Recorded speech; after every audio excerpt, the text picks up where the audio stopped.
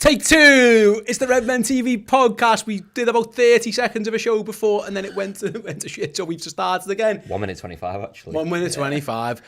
We go again. We do not let this slip. It is Steve Hoare here with Ross Chanley and Ivo Prokop to talk about what is the biggest week of Liverpool's season so far. I feel like I've said all this before, but we're saying it again. You actually did. We did. We've got the Leeds game, obviously we've got the Chelsea final as well. We're going to speak about both of those and what Liverpool are going to do in terms of their strikers, because as it stands, everyone in the squad is fit except for the two centre forwards. So Jurgen does have that issue to deal with as well. If you are watching this live on Twitter, please do click the link in the tweet and come and join us on YouTube. Before we get talking about all those topics then, we'll go again with this one. Yep. Ross, you were halfway through your answer when things decided to go tits up, but we pretend that never happened. So okay. Ross, here's a question you've never heard before. Oh, okay. Would you rather have the looks of Alisson Becker or the ability of would you rather have the looks of Alisson Becker but the ability of Adam Bogdan, or the looks of Adam Bogdan but the ability of Alisson Becker? And that's from Jith. Okay. Well, I'll pretend I've never heard it if you pretend you've never heard my answer, and I want the same reaction that I got. I think I've already got the football ability of Adam Bogdan. Dance my puppets. So I know you just want to look like Alisson Becker. But Eva made the point before of if you're on a night out, Alisson Becker's the obvious choice there. But if you want to be a goalkeeper for Liverpool Football Club and you want to maintain being a goalkeeper for Liverpool, I think you have to have the ability of Alisson Becker. So, and I'm already ugly, so I'm fine with that. I want the ability of Alisson Becker. And if you're worried about like the attention of whether girls or boys or whatever you're into, being rich like Alisson Becker would help. Like, you can be good looking and poor, but if you're not so good looking like Adam is, but you've got a lot of money, like, because if you're as good as Alisson, you're going to be loaded. Yeah. There will still be enough attention there for you. I'm not a very vain person. I'd rather be good at my job. Yeah, and get the dough that comes with it. And that might help you attract a partner. They might not be with you for the love, but if they're with you if they're a gold digger, he or she, then that's fine as well. At this point, Steve, I will take that. So there you go. You're going for the looks of Bogdan with the ability of Alisson. I think I agree with you're downgrading, no, because you're a very handsome man, Ivo. Oh, thank you very much. I love. By the way, I love not so much. Fucking hell. Not so much. I love all of your comments in the YouTube comment section saying I'm Alisson's twin. I saw that last time. No, I think you're Joe Wicks's twin. Owen Hargreaves lookalike, all that stuff coming up. So thank you for this. So you're downgrading your looks if you go to Bogdan severely. Yeah, but I think going out on night out looking like Alisson would be really fun. But let's say like you want to be a professional footballer, like looking like Adam Bogdan and being a little bit of an underdog, but having the ability of Alisson and surprising everyone would be really great. And then like it means like having the ability of Alisson Becker. That's additionally on being a good goalkeeper. You looking good. You can play the guitar. You can be like a good proper teammate. You have a little bit of that southern. Lots of barbecue. Yeah, lots of barbecue. Horse riding. A lot of passion, and I would say so. Going with the looks of Adam Bogdan, but all the abilities of Ali. The flip side is if you want to be really good looking like Alisson and Adam Bogdan, according to Wikipedia, which is obviously true, is still a goalkeeper. I just looked that up in Hungary. Yeah, he's still playing in Hungary as a professional at the age of 34. So you are still going to be a professional footballer, and you're going to be very, very handsome as well. So there's an argument for both. Is he though? No, but there is. I'm with you though. I think I would go for the ability of Alisson, the look of Bogdan, because basically you're still going to be one of, if not the best goalkeepers in the world. You will be fine for money. You'll be getting job satisfaction. You'll be playing for an amazing football team. Even if it's not Liverpool, it'll be another world class football team. Klopp would be my boss. That'd be amazing. But then you're in a battle with Alisson for the number 1 jersey, and he'll probably win that because not only is he the same level of ability, he's better looking as well. I'd happily take a Divock Origi role at Liverpool Football Club. Yeah, I'm with you. Pay me money, hang around with loads of cool people, have a better boss. So Andy App in the chat here, one of our members, Andy, said, I'd rather have the looks of Alisson Becker. And Casey Bolo says, you're basically Karius. The looks of Alisson with the ability of Bogdan. You're a really handsome man, you just can't goalkeep for shit. Yeah, so there you go. Then I'm with you. I think we're all agreed on there one. Second one comes from Jack, another one of our club legends. Hello, Jack, who says, what are your favourite games against Chelsea in the Jurgen Klopp era? Obviously, looking ahead to this final of the weekend, what are you thinking that springs to mind? I've got two, but I think one's more a moment than a game. So my moment is obviously Fat Frank giving it the big in, kicking off at our bench, and then Trent scoring a free and then we win the league in that game. Yeah, that was amazing. I think that edges it, but also the Super Cup has to be in there. Obviously, it wasn't the best game. The whole Adrian thing afterwards and winning a trophy. I think that's my other one. But I think if I had to pick one, the only reason I wouldn't pick that one is because obviously it was behind closed doors and it was still a bit crap. But I think for entertainment purposes and what that game meant, was it 5-2 in the end? It was 5-3. Or 5-3? Yeah, that one, yeah. Cater scored a screamer in that game as well, I think. Yeah, he did, yeah. Yeah. Ox scores, 10 scores, yeah. Bobby gets his first home goal of the season, like it was the last game as well. Yeah. Eva, what are you thinking?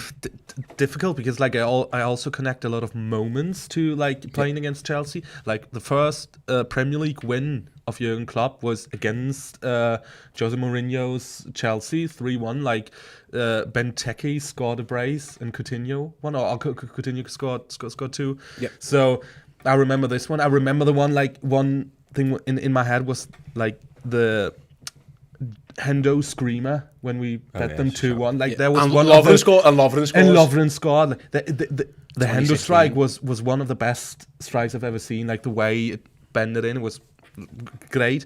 But I would say even if it was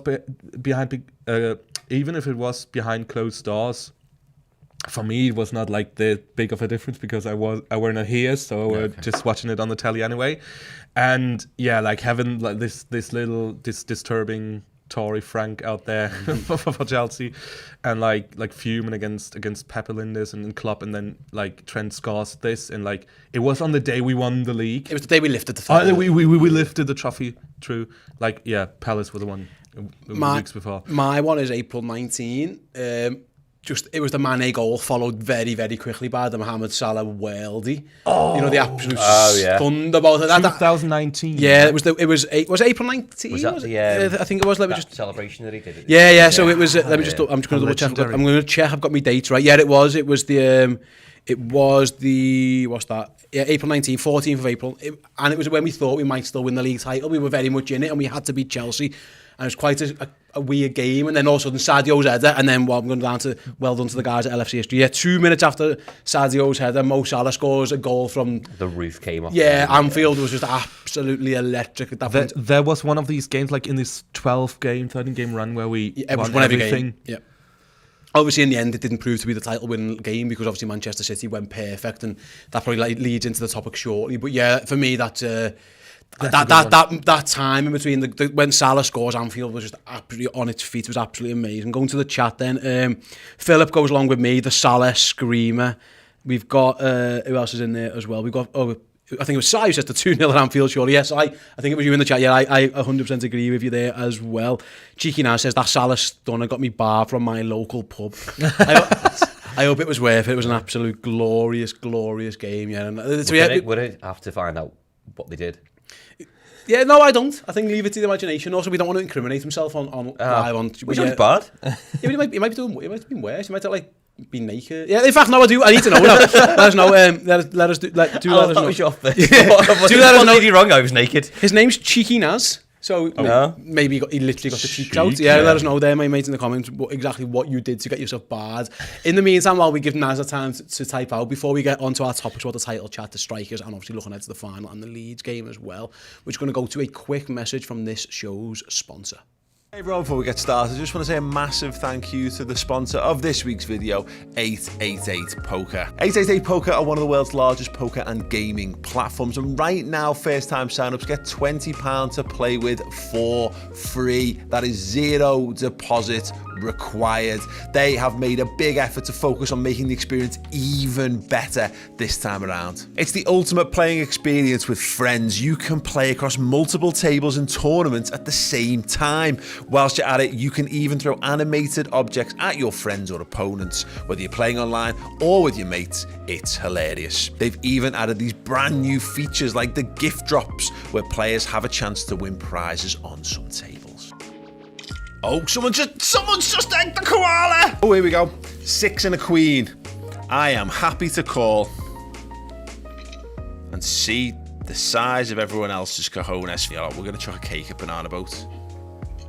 Have that banana boat. Have a cake in your face. Obviously, don't forget that you need to be 18 or over to sign up and to play. And please make sure that when you do play, you play and gamble responsibly. If you want to get involved, then click the link in the description underneath. And don't forget that first time sign up bonus, £20 is yours with no deposit required. The link will be underneath me in the video description. Click it, get it, and get involved.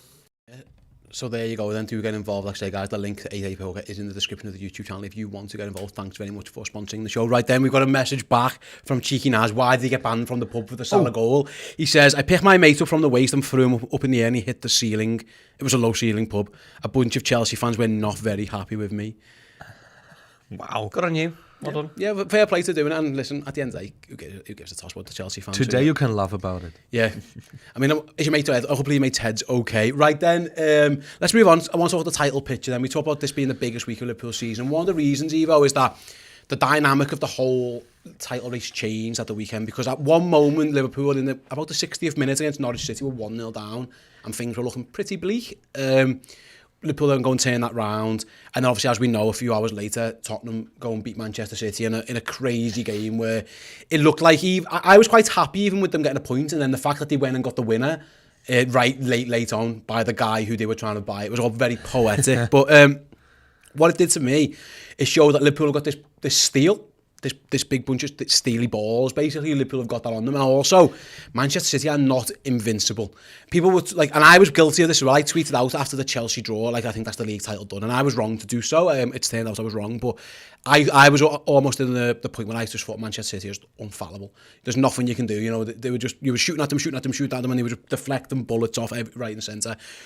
It shows that Liverpool have got the steely bollocks, like I've just mentioned before, but also it shows, doesn't it, that Manchester City are there to be beaten. So you can beat them. You don't even have to be a great side. Tottenham are the best side in the league. They're a European chasing side. It was a big moment, I think, just to show everybody, actually, they are not like this unstoppable force. They can be stopped. Yeah, defo. Like, it was such a big weekend, and like I remember the time around December, early January, where you look at this and we draw Chelsea, and like everyone, like Twitter was full of these. It's Man City's league to lose now, and okay, bring it on. Like they feel it. We feel it that they are not invincible, like you touched on us, and I think it gives us a psychological edge from having like reasonably no chance to going to, okay, we are back in it. And like we always say, like I think we're going to talk about this later on, like chasing is always easier than being chased. And it's going to be interesting to see how Man City reacts now, because like Everton won't be that easy now with Frank Lampard. You say that. It's a little bit too much of hope right now, but like if we win against Leeds tomorrow, it's like -3, like only 3 points between us, and that's like magical when you compare to our situation at the end of the last year. So bring it on. What it does do, Ross, again, I think it was a good weekend for Liverpool to show that like Liverpool don't need to be at their best to win. You can make changes. You can have about 45 minutes. I say bad. We were even with Norwich, so that is, in technical, that is bad, because Liverpool should be blowing Norwich out the water. But it shows you can have about 45 bad hour, still come through and win 3-1. And like I say, that in itself should give everyone confidence that, listen, the quality of the squad, Liverpool won that game off the bench, and that hasn't always been something Liverpool have been able to do. Liverpool have had to rely on who's on the pitch, because the bench has never been strong enough to win games. You know, your players coming on might be good players or decent players or young kids or whatever, but you've never been able to bring on Thiago Alcantara and Divock Origi. And with all just, like, I know Divock gets his stick, but he's a Premier League striker. He's proven that. Thiago's world class. Yeah. And Liverpool had a very decent enough side on the pitch, and they will be able to bring things off the bench. I think that was a key moment as well, that, like, you know, if Liverpool do get 1 or 2 injuries, we've got no striker. We've sound. I think it might ease a lot of things about the whole squad depth issue. Listen, if you lose 4, 5, 6, 7, 8 players, you're going to be in trouble. And we saw that with the Tottenham game when we had to play like young Tyler Morton in midfield, for example. Even then we drew, which actually looks like a better result now, given City have lost twice. But I think the fact that Liverpool were able to win the game with their subs is again another huge benefit for us going forwards. For the second time in the week, because it was the same as against Inter. Even Burnley as well, the subs done well, yeah. And Inter Milan was the other one I was kind of thinking of. But that's what we've all kind of asked for. And it's a bit mad that, the excitement around, again, social media of like having a fully fit squad. And now that's short-lived and there's a war incoming, which just feels like terrific timing, to be honest. But to your point, is that's what we've all asked for, that's what we wanted, and the benchmark has been Manchester City, not in terms of the way that they play and the points that they accrue. It's look at their bench, look at their team. That's why they were always the favourite. Chelsea getting Lukaku in the summer. Okay, Chelsea going to win the title now. That's what everyone was saying. But I think it's the hope that kills you and what you find hard, and particularly when you're in the middle of a game and you're not performing well, and you kind of go, "Oh, this isn't going to happen." This we're playing terrible, and the performances don't matter. It's putting points on the board that count. And I know a lot of people wrote Liverpool off, but I think there was a weekend just before international break, and it might have been before Christmas or just after Christmas, and Crystal Palace beat Man City at the Etihad, and I think the same weekend Burnley drew with Chelsea, and that was me going, like, trying to convince people of going, anything can happen. Like, I know it's been great. We've drawn a lot more games than we would have wanted to. But if that can happen any weekend, it doesn't feel like it when you're watching it and everyone watches Man City and goes, they're going to win every game 4-5-0. They will have bad days. They will have days where they're just not up for it, or they're playing a lot of football, or they might have one or two injuries. They will suffer like the rest of the teams in the league. It doesn't feel like it at the time, but it's possible and it will happen. Liverpool now is just putting points on the board, staying as close to Man City as you can do, and being there for when they do slip up, like we did do this weekend. Because the frustration has been Man City have dropped points, but on the same weekend we have done as well. Whereas this weekend was one where actually they've dropped points and we're on it. I remember I always thought, Evo, if Liverpool could get to the game at the Etihad, if it was status quo, because we knew this was, pre-January. If you said New Year's Eve, if Liverpool can get to the City game in the same position now, beat them and then narrow the gap down, the fact that since then, with our lads at AFCON, with the injuries we've had, with the COVID issues and stuff, City have actually dropped points in 2 of their last 5 Premier League games and Liverpool haven't. So not only, and now we've got all our players back and the gap's quieter or shorter, it's just a wonder. I wouldn't have never have expected, to be honest. I never expected Liverpool to win every single game when Salah, Mane, Naby were not here. Just didn't expect that to happen. All the COVID issues that were going on. We had League Cup semi-finals to play as well. There was lots of games. I'm quite shocked that Liverpool were able to go and just win all of them, which, fair play again, I was wrong on that. But what it's done, Liverpool are now in a better position than they were, and they've got all their players back. I've always wondered in a title race, do you want to be the hunted or the hunter? And for Man City are getting hunted down now. For a long time, when they've either pissed league titles, they had the very, very first one where it went down to the wire. I understand that. But since then, especially in the Pep era, when they've been winning leagues, they've won it. They've always been the ones, either for a long time, it was, can you be hunted down? And to be fair, the one time we tried to do it, we couldn't catch them. By a point, though. And it was by a point. And it would have happened last season as well. Maybe. It was by a point. So Man City have shown, more often than not, they just piss it. But if they do have to be chased down, they've got the ability to pull away. So I think they've shown in both cases they're mentally strong enough to deal with either of these things. But it's easier to, I think, for Liverpool. I think Liverpool would rather be the ones chasing than being the ones who are being chased by like a couple of points. Listen, I'd rather us all win the league like we did last time by just stormrolling it. But if you're going to be in a tight title race, I always feel, can we be the ones who are chipping away, throw all the pressure onto Manchester City? Every game now, not only are they thinking we have to win, they're looking behind the shoulders. At some point, you'd like to think that will have an impact. Yeah, I think it's so interesting to see, because a lot of people have different opinions about that, because they, as football fans, or just if you compare to situations in life, whatever, being a good one, chasing a job, whatever, I don't know, it's different. People have different experiences and treat it differently. But I always think when you chase, the pressure is even higher, and that's good. It sounds a little bit tricky, but you have no right. There's no room for error. You have no right to lose anything. And that somehow is because if you are at the top and you've been hunted and you lose, that doesn't immediately means that something changes. Okay. But if you lose in the hunter position, if you lose there, it's harder because the gap could be even more wide, more bigger than it was before. So I think it's it's easier for us to be in the chasing position. And because it's gonna like rocket up arses, isn't it? It's what you say. Like the motivation is there now for us. We don't want that gap getting any bigger. I get it. I see your point. Yeah, I think the whole momentum is really shifting to our side right now. Yes, and like you talked about, like this Norwich game on the weekend.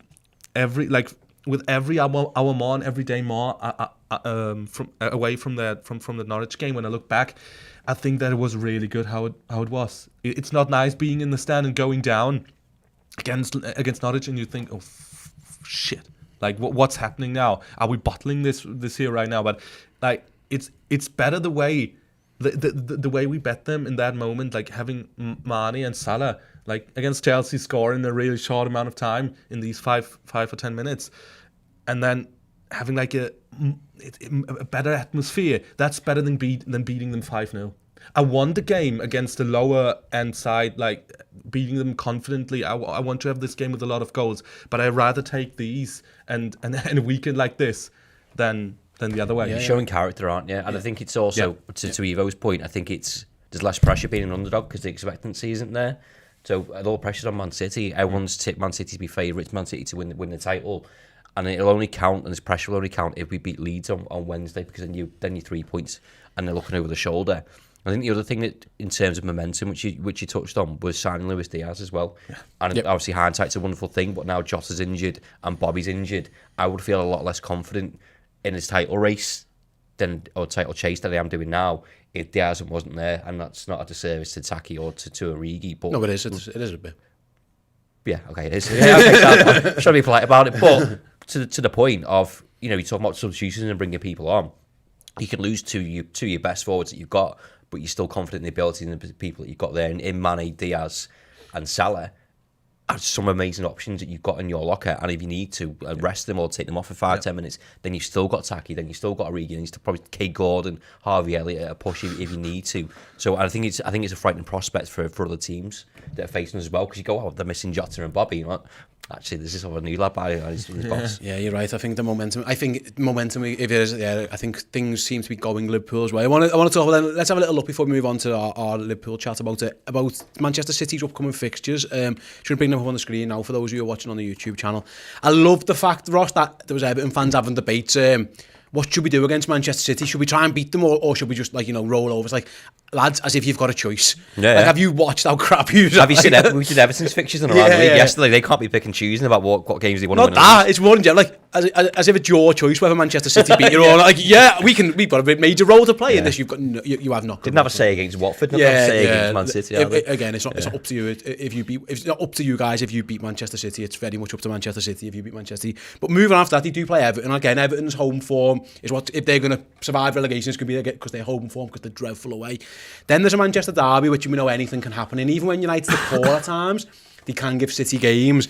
Then they've got, obviously, it's the Sporting Lisbon game is in there, and the Peterborough game. But in terms of league games, Palace, who we know as took points off them earlier this season. Yeah. Brighton, you'd imagine they should win, but Brighton are a very well-organised team. Then they go to Burnley, and then they've got us. There are, again, the Tottenham thing, if you'd have asked me this, if they'd beat Tottenham convincingly, I'm looking at every one of them games going, they're just going to steamroll through that. Yeah. But because they drew the Saints, and then because they've been beaten by Tottenham, there's a couple in there where you think, oh, maybe, just maybe. And listen, I understand, by the way, it's in Liverpool's hands. If Liverpool win every game, Liverpool will win the league. I know that, but I don't think I don't think we can bank on that happening. That's going to be really hard to do. If City can keep dropping it elsewhere, then that's fine. And there's a couple of games there. I especially look at the derby and maybe Palace away, where you think, oh, maybe. But to be honest, I think there's other games there, and as much as I have Wolves away as well. No hope that Everton will get anything. And it's important to remember some of the context around these games of Everton fighting for survival, Man United fighting for top four, Crystal Palace, Brighton not so much. Burnley just want to stay in a league. Liverpool fighting for a title. Wolves were chasing top four, hopefully still by then,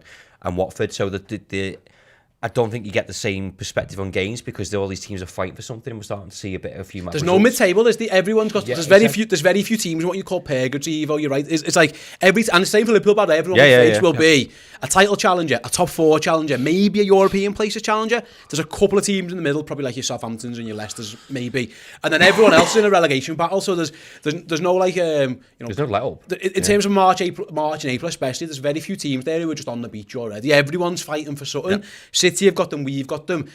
I think the Premier League is so interesting this season for that reason. There's like 7 teams in a relegation battle. There's like 2 teams fighting for the title, and there's about 5 or 6 teams in a top 4 battle. So there's no laying down for anybody, and that's what's going to. There are going to be freak results, and that's why I mentioned like Liverpool can't just win every game. They're just not going to do that. We are going to need some help from somebody else, and there's enough teams that Man City have got in the next few weeks that maybe could do it. Defo. Like I were on the podcast something in the end of January, and like with Paul and I think Sam Walker, and we watched we took a look at these fixtures, and we were like, this time around against Tottenham that could be crucial these weekends with Sporting. Obviously they bet them 5-0, but like they've lost against Tottenham now, and like you said, that's changing the whole narrative about every following game now, because when you beat Tottenham confidently, Manchester United, Everton, Brighton, it seems more, it's a complete different narrative, or looking at it out of Man City's perspective, out of Man City's view.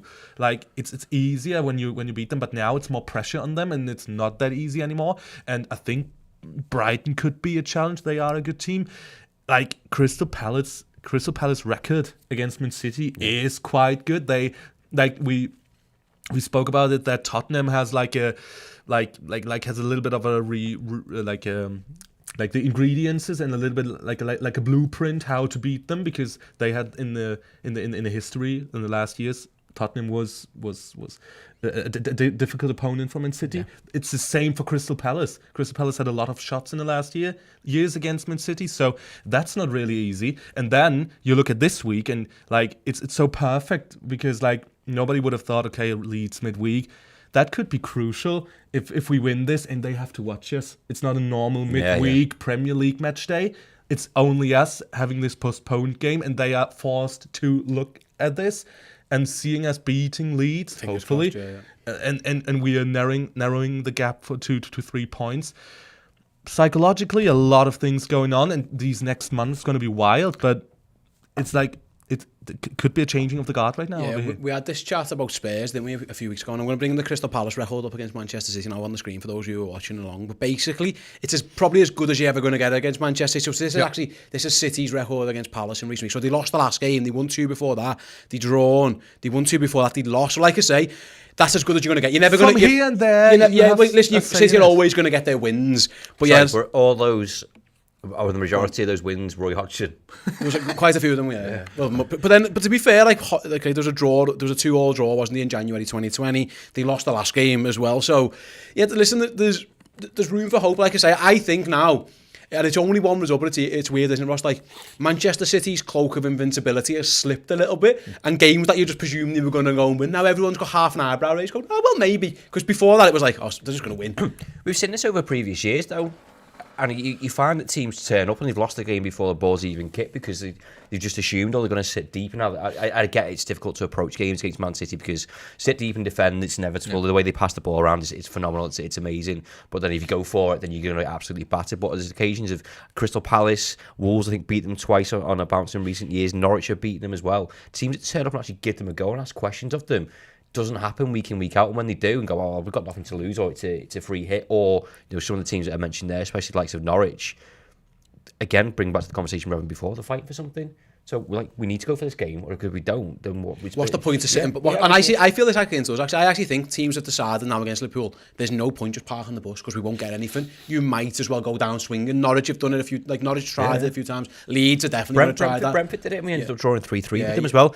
I don't think everyone has ever said this sentence in their life, but Brighton's an interesting one, because I'd have marked them down. Previously, before this weekend, I'd have gone, well, that's an interesting fixture. I more or less fancy Brighton to maybe get a draw out of that game. But then they just lost 3-0 to Burnley, which goes to show how mad the league can be. And these teams, your perception of them of turning up is quite difficult. I think one thing Man City have got in their advantage is that they've absolutely walked the first leg of the Champions League fixture. Yeah. So they can afford to rotate.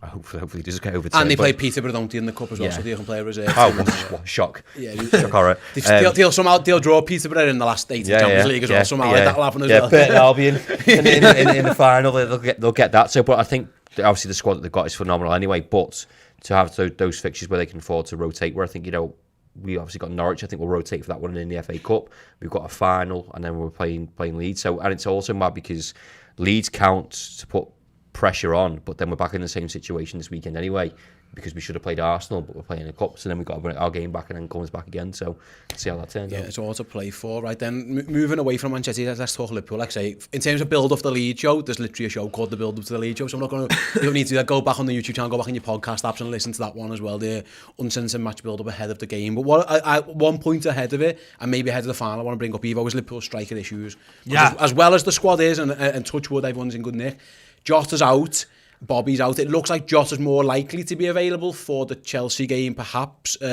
You've been doing some social media snooping, haven't you, on Jota? And you've got to let us know what you're thinking is, Evo, because Evo said before, like, I've got some social knowledge. What's at Naby season tweeted us someone? Go on. No.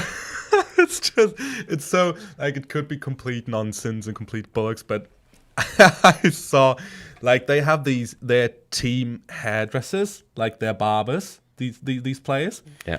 I mean, And this barber of Jota posted a picture, like, thanks for coming in, getting your haircut, hashtag, or like the caption was final ready. Ooh, so maybe Jota's told his barber that he's going to be ready for the final. You got to hear first. but that might be a John Terry situation where he's going to go full kit. Maybe, yeah, I might get my haircut for the final. Doesn't mean I'm not playing centre forward. There you go. I mean, they could be complete shite, and Beer trip. don't take me as a source right here, as a reliable source. But I just saw that in the morning, and like if we know. Like your hairdressers, also your psychologists, you always talk to them. And like, I don't have a hairdresser. I just do myself. Yeah, okay. Oh, yeah. I just look in the mirror. But then I give myself a pep talk. You are looking fine, Steve. You are on top form as always. But maybe they talked, and maybe like Jota it is fine. It's actually fine, and maybe he just it's a healthy stretch to the weekend. But Fingers crossed. I don't think Bobby's looking good though. No, Bobby looks. I think we rule Bobby out. Yeah. It's a few weeks, he said, didn't he? Yeah, well, I did it. Emma Sanders texted me after the game on Saturday and was just like a Bobby with a sad face. I was like, what? And he said, Klopp's just said in his press that it's not looking good for Bobby, so it might be a couple of weeks. Although there was talk yesterday, he said, obviously they'll assess them both ahead of whatever, but they might be okay. But I wouldn't rush him back. And this is the beauty of having the side that we've got of, you know, I know Bobby's not been everybody's favourite, although he's not performing to the standards of Boy Firmino of recent years, but if you can afford to not rush him back because you've got Diaz, Mane, Salah, and hopefully Jota back in the scene, plus the people that are below them, then they don't rush Whatever happens, neither of them are going to go play against Leeds. Bobby's definitely, I don't think he'd even risk Jota. I think he'd all focus for Jota will be trying to get him fit for Sunday, whether that's a start or if he can get him fit enough to do half an hour off the bench or something. Evo. With that being said, then obviously we saw Sadio play up front against Norwich, and all three of the front three that played against Norwich get their goals, and Sadio's is an really absolute cool. worldie. Yep. Like, he looked a natural number 9, even though he's not. I thought he had a decent game. But again, being said, if you're not convinced that Jota's going to be ready for Sunday, because I don't think anyone could be confident yet, for him to go the same front three in 3 consecutive games might be a bit too much. Is there any chance at some point, in my starting prediction, I stuck the Divock up front. You haven't watched that, it's on YouTube now, by the way, go and check it out. But my thinking was he might go Origi. He's got Minamino there as well if he needs an option. We've seen Chamberlain play right wing a couple of times and score goals as well. My general consensus, I can't see him risking the front three again against Leeds because he needs to make sure that there's someone's a bit fresher for the final to go up front. My sense was he left Sadio out, but it could be Diaz and he could play Sadio on the left or whatever. But my sense is it might be an Origi or a Minamino game against Leeds. And I'm definitely okay with playing them. Like, Divock was quietly okay. Was he was good. He had an impact. He occupied defenders, yeah, he did. And it's like we always talk about that. Our strikers, we have the same with Bobby, and we have the same with Div. That they like Div scores important goals, but he's not a goal-scoring machine that every time he comes in that he scores. That is not like he's scoring in the big occasions, but you can still have an impact. And I, like you touched on this, from the narrative point from this point of view, it's so good to have Diaz, to have Taki and Divock now, because they are fresh legs now. They can come in and like run everything out they have in that Leeds game, because they won't start in the League Cup Final. So having so many options, even if Bobby is out now, is really good. And like I had some, I don't know how you think about it. I had these untouchable players I want to see in the League Cup Final. So it's Trent, Fab, Van Dijk, Thiago, and Mo. I want to see these players in the League Cup Final. I will put Sadio in there as well. I wasn't quite sure. So like, Henderson is probably in that for Jürgen. Maybe. Yeah, that's a good question. If Hendo is already back to it, like we say that he's better now than he was a few weeks ago, but like I want to see these players in the final. Is it like, should we rest them against Leeds? I don't know. Like, because players are different and maybe some of them need rhythm or they need rest. Yeah, it's hard. And in these times you have to be really careful with that. But I'm quite calm and quite I enjoy our front three and our striker situation right now. I'm torn because I'm all right with Divock Origi up front for Leeds, but the problem is that game is so big now. As soon as that result finished on Sunday, Spurs Man City, this game just became even bigger than it knew it was going to be.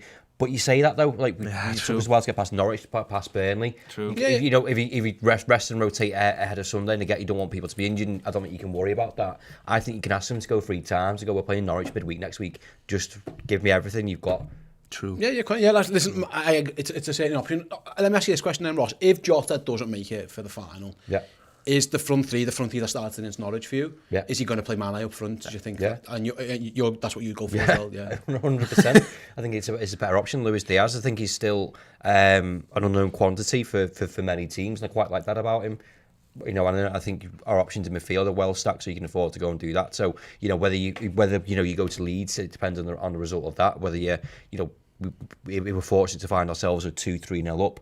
Okay, there's 20 minutes left. One of you can come off. Mane and Salah, with their mentality, don't want to. No, Salah never rests, so Salah will play. But Mane's the same. Like Salah will play, but I think you're in danger of upsetting Mane by saying, "Well, actually, you have this game off." Whether it's it's for his own benefit or not, but I'm going to play Salah. If Salah plays, Mane wants to play because they both want to play every single minute for the Liverpool. They want to score goals. They want to win us everything. They'll all have their minds at league games and go, We'll close this league title by 3 points. I want to play, I want to score, I want to make a difference. So I don't think you want to upset that. I understand people's concerns about running people into the ground and getting injuries and all that stuff. But by that basis, don't train then. You know what I mean? You're right. Yeah. I totally agree with you, and like you're absolutely right. If we're fortunate enough to be good in that game against Leeds, and we are 2-3-0 up within the 50th, 60th, 70th minute, change these front three completely. Bring on Kate Gordon, Minamino, and Divock. I think you're in a position where Leeds obviously played after us. And they must be, by the way, they must be knackered because they ran around the bog for 90 minutes and got the shit kicked out of them. I was going to use the phrase a humdinger of a match because that's exactly what it was. Scott McTominay just volleying them every time she got. So they played in terrible conditions. It was end to end. It was a brilliant game. A day after us, they've got their injuries. Big injuries. So you've got an opportunity there to go, actually, we've had an extra day's recovery. We've got a bit more squad depth. Fucking go at them for 40 minutes and get the game done in the first half, then you make your decisions afterwards. Yeah, and like I say, Liverpool are used to playing all these games. Like I say, there's a chance that the Norwich FA Cup game becomes one where you might sit fast. And we've got to remember, he rotated for the last Norwich game. Like Trent had the game off, Robbo didn't play, Fab didn't play. He has made his changes. I just wonder. I think you make them for the FA Cup. Yeah, and that's what I'm saying. He probably does. It's just whether my thinking on the Origi thing is, if you need something in him because you might need him at the final. You can't. I know we come on the other day at Norwich for half an hour, but I'm thinking at some point against Chelsea, Divock, if he's your first sub off the bench, if Jota can't make it, he too needs rhythm. And again, it could be the other way around. You could start Mane or Diaz and bring Divock on, or you could say to Divock, give me an hour, get an hour of foot, because he hasn't played for a long time, Evo. And I would rather start or bring on Div as a first substitute than Taki. Because I still think Taki is not, like, body-wise, he's not physically strong enough. Sometimes he's get beaten up a little bit and punched bullied around a little bit. With all respect for him, but I like Div more in this, and he needs rhythm. That's true. Yeah, we'll see how Jürgen decides to play it all out. Then what we do now, at time recording, Chelsea play tonight as well, so they've got their own thing, and they've got a Champions League game, so they're going to go full strength. It is tonight, isn't it? Champions League tonight. This is true. Yeah, they're playing Lille, aren't they? So yeah, they should win, but they've got their own things to think about. Liverpool got theirs. Like I say, I don't think, Ross, there might be that much of a disadvantage, really. if both teams have to, because no one's getting that much. Listen, Chelsea get an extra day, I understand that, but in general, you know, they've had the game against Palace, they've got a Champions League game, and they've got the final. So both teams are kind of in the same boat with players returning from injury, a couple out and stuff. So we'll see how much of an impact it plays. Then, like I say, speaking of that final, it is very much Wembley week here at the Redmen TV. We've got you covered on our YouTube channel, and we've got you covered on our streaming service, Redmen Plus, as well. To find out more about what we've got for you in this massive, massive week for Liverpool Football Club, check this out. Hey everyone, it's Wembley week across the Redmen network. We have got a bunch of free and premium content for you guys to get you ready pre, during and post the League Cup final. Oh yes, it all kicked off with an in conversation with Stuart Downing, the last man to win man of the match when Liverpool won a League Cup final back in 2012. Stuart lifts the lid on what it was like to be on the pitch and in the dressing room in and around that game, his time under Kenny Dalglish and the fallings out with Brendan Rodgers. We move forward, Liverpool, the League Cup story, a 5-part premium podcast series looking at all of Liverpool's previous 8 League Cup wins. Me sat down talking to journalists who covered the Reds at the time. In addition to that, we've also got Silverware Stories, a brand new series authored by Hollyoaks' own James Sutton. It's like CBB's bedtime stories, but it's the Reds, and it's got incredible insight from men who were involved with the match at the time, the 2001 World Cup final, in the words of Phil Thompson, Jamie Carragher, Emil Heskey, Marcus Babbel, Sander Westerveld, and Birmingham's goal scorer Darren Pearce. A fascinating storybook insight into that game. And don't forget as well, on our normal raft of Redmen Plus content, it's a League Cup final themed debate show midweek. We're going to have an Oppo preview. We're going to have the usual free content available on the Redmen YouTube channel. There will be the start 11 prediction. There will be the build-up show. There will be the watch-along and the post-match videos. But we've also got an incredibly special, different show, harking back to the old-school deadline day shows. It is the countdown to kick off, live from the Redmen studio. Fun party games and bevies with a whole host of our best contributors and Club Legend subscribers as well in the building. And don't forget, post-match, you'll have the instant match reaction, and the day later, the final word show. And, of course, we'll have content from Wembley itself with Chris and me. Yes, it's Wembley week, here and beyond, across the Redmen network. If you want all of it, then subscribe to Redmen Plus. Go to the redmentv.com, sign up at either tier, Club Legend or Club Captain. Get the content, Club Legend to get extra perks. Perfect time to follow the mighty Reds on Redmen Plus. Yeah, so there you have it. That's what we've got covered on Redmen TV and Redmen Plus for this Wembley week. Make sure you are subscribed to the YouTube channels and get the alert. So press the little notification button, and every time we go live one of our shows, you will get a little notification for you to come and join us, just like lots of you guys in the chat are now for this podcast. And like I say, head on over to the redmentv.com, sign up for Redmen Plus and get all those extra bonus features as well. The Liverpool League Cup Story 5-part premium podcast is out now. It is absolutely brilliant. And like I say, episode 1 of Silverware Stories is great too. I especially love Phil Thompson's insight in that.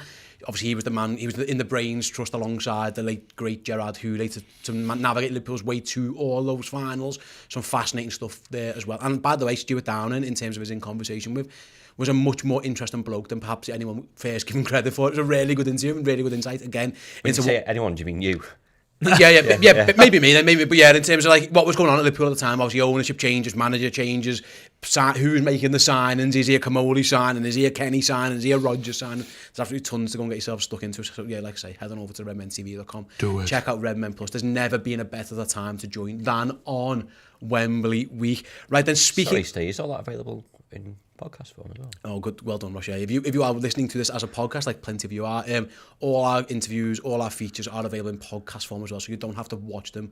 You can get them straight into your ears as well in your native podcast app or via the website. So yeah, there's no reason you can't consume every bit of that brilliant content. Like music in my ears. Sorry, doing my job. Yeah, well done. There's our social guy just doing his socials on live TV. Thanks, Red Boss. I don't want to again. We have tons and tons of build up to the final, so we don't need to step on too many toes there, Ross. But I think it's worth mentioning now. Like, step one of the quadruple if Liverpool are going to get anywhere near that, which is still a possibility at this time.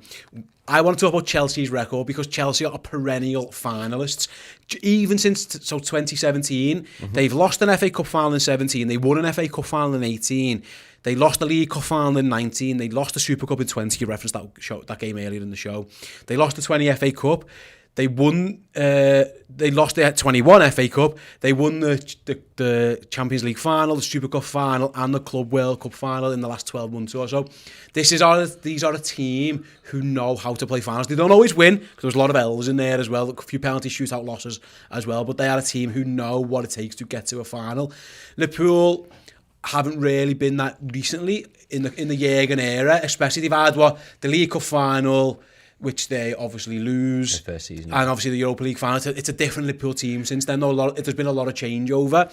I feel like in terms of that, Chelsea have had a bit more experience than us. The flip side is they've been beaten a lot in finals as well, and especially in domestic finals. So in terms of advantages, yet they used to be in this far into competitions. They used to be in finals, but the second of all is there are mental scars there.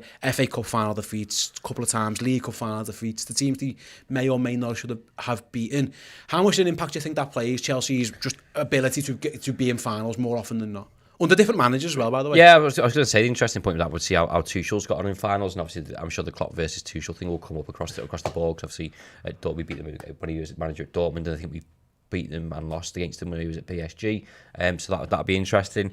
It's difficult, isn't it? Because the squad that Chelsea assemble, I think you'd expect them to be in a lot of finals, and the way that they've built themselves over the past 20 years, maybe a little bit less, maybe a little bit longer.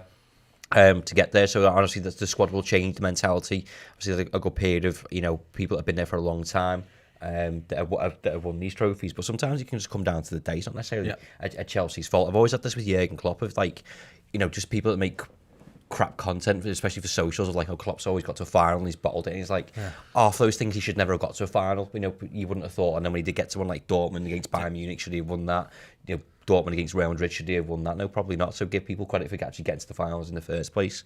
I think it can go both ways. You can use that as experience and you can use that to their advantage, but also maybe there's a hunger there from Liverpool of going, well, actually, I know Trent did an interview the other day, I think it was before the Champions League, and said, listen, we're not exactly over the moon. We think we should have been in more finals and compete for more trophies. Than the Klopp era is two major honours, isn't it? Really, I mean the Super Cups are on there, but it's and listen, they are the two biggest ones you can get.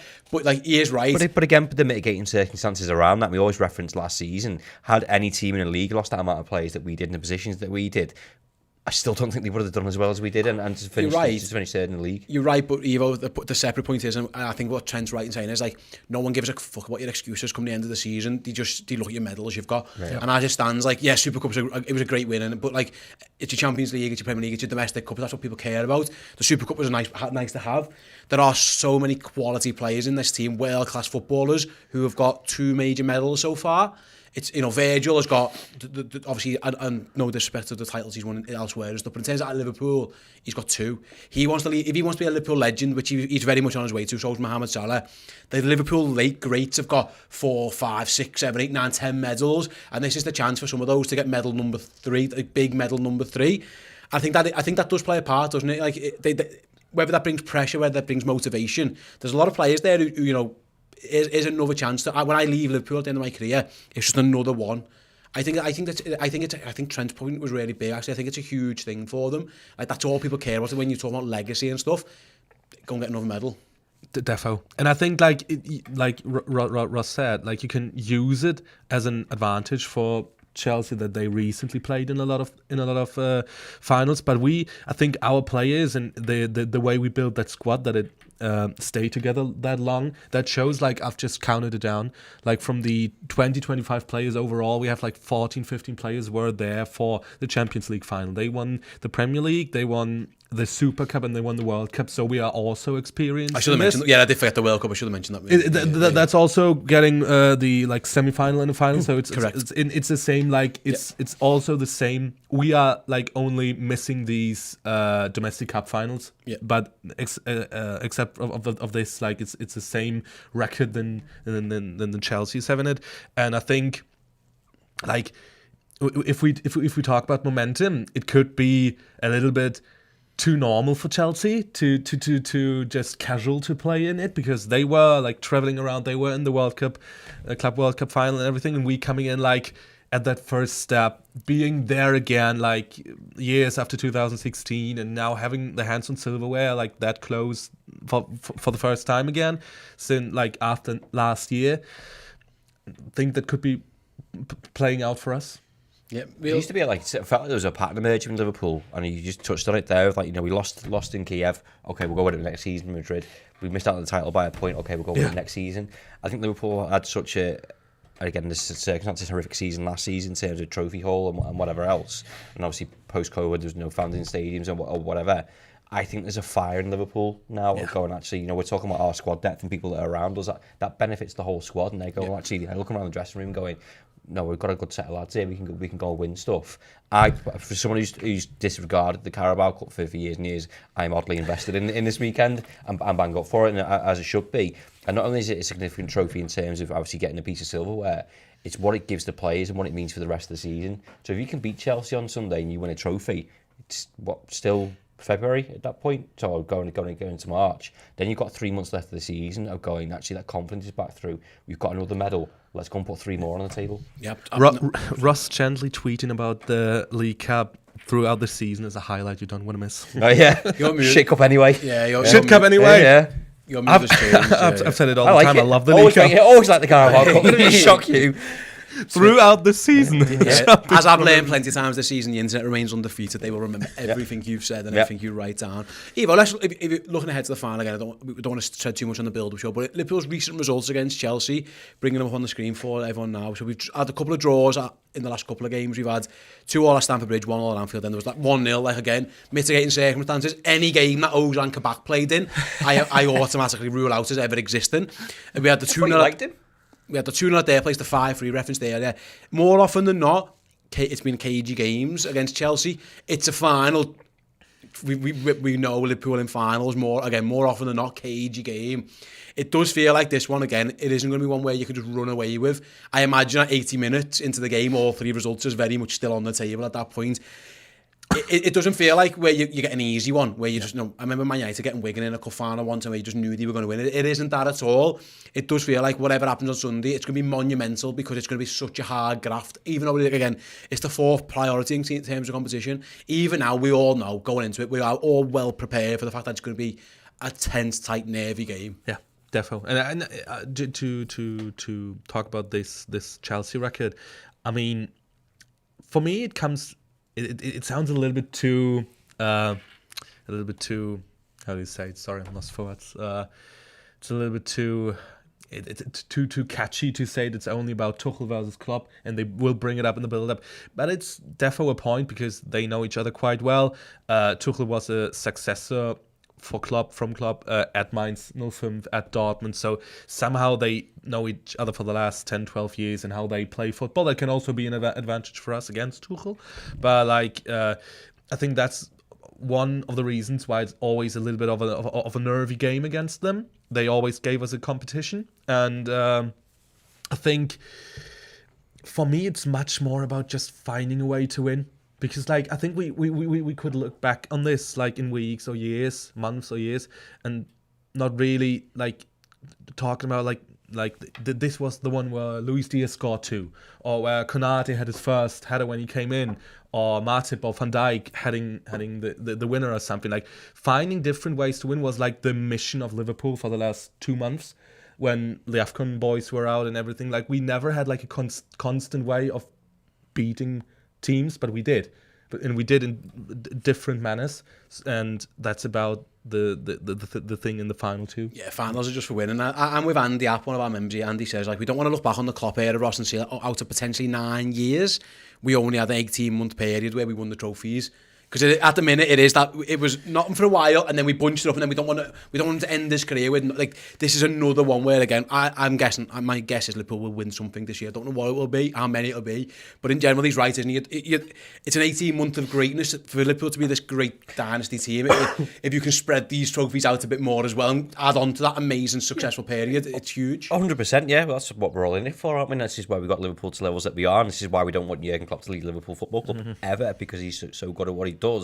But what I will say is bring it back to those circumstances. Like I believe 100% that Liverpool would have had more trophies had there not been COVID, had there not, the transfer market was completely But different. again, We've got no one's going to care. But I know that.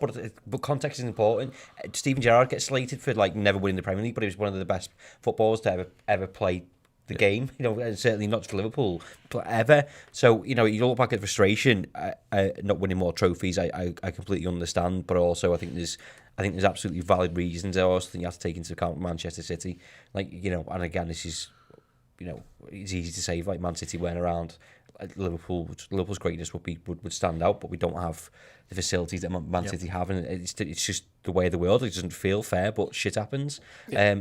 But Liverpool are now back in that thing where you don't have those excuses of injuries, don't have the excuse of COVID and not having fans inside stadiums, and everything that we used for the past season is all in our favour now. So now's the time to start putting those things, and like Andy says there, get to 2024 and let's have a conversation about how much we have won with a bag of medals on the table. Exactly, and Evo, you referenced there about the winning run and momentum and things like that. Losing in a final is a very easy way to halt the good feeling around. Ever since pretty much January, a good couple of wins, signing Luis Diaz, more wins, City dropping points elsewhere. The feel-good factor, and we've seen it in all our shows, the comments, the tweets that you get, Ross, have gone from a bit down in the dumps and all of a sudden the mood, the wave. The best way to end that is to lose in a fucking final. That's another thing that Liverpool got to be careful of. I always feel Liverpool, when they're in a feel-good moment, are almost untouchable. At some point it will end, Liverpool will drop points or lose a game, but there's an easy way to stop it, is getting people like Chelsea in a final can just down in the dumps. The FSG out moaners come in, the transfer policy moaners come in, the squad depth people come, and then the negativity's back again. I think winning a final is just another way to continue. So it is a big moment, that isn't it? It's a big turning point potentially, one way or the other. And it showed it like in the last years, like Man City won the League Cup a couple of times. Yeah, they won like 4 of them. Yeah, okay, and nobody cares. Yeah, nobody cares. It shows that it can have a psychological effect for you winning it, because like a couple of weeks ago, I said like it is really, to win the League Cup is really good to cap off this whole beginning of the new year, to get through this time and like capping it off with winning the League Cup.